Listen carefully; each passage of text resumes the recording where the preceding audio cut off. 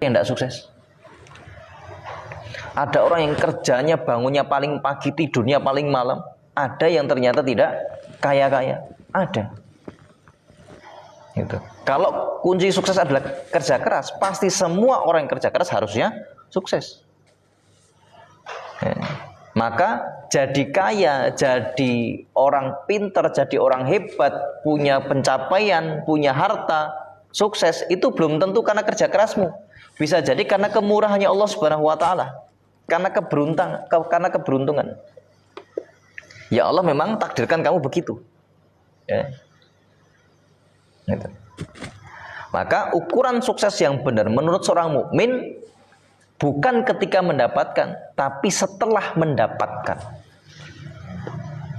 Antum dapat duit, antum dapat harta dari Allah Subhanahu wa taala karena kemurahannya Allah. Terus setelah dapat harta itu, antum pakai buat beramal soleh, antum pakai buat dakwah, antum pakai buat kemudian nolong orang banyak, itu baru sukses. Tapi setelah dapat harta malah jadi maksiat, jauh dari Allah Subhanahu wa taala, ya. Kemudian malah dipakai untuk beli barang haram, transaksi-transaksi haram. Berarti kekayaannya sukses atau gagal? Gagal. Buktinya siapa? Qarun melakukan itu. Qarun sukses enggak? Secara kacamata, kalau kita ngukurnya pakai kacamata sekedar dapat sukses, sekedar dapat. Fir'aun kaya enggak? Kaya. Tapi berhasil enggak?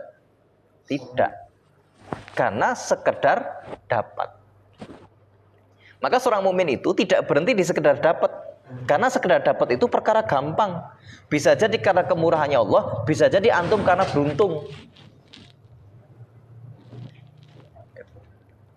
Yang paling penting adalah setelah dapat itu jadi apa?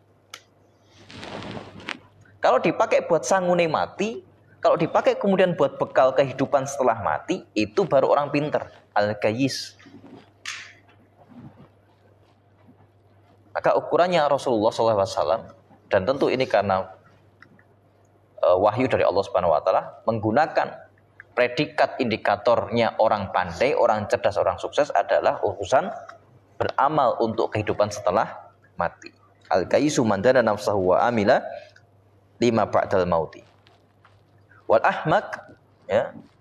Ahmak itu di atas jahil.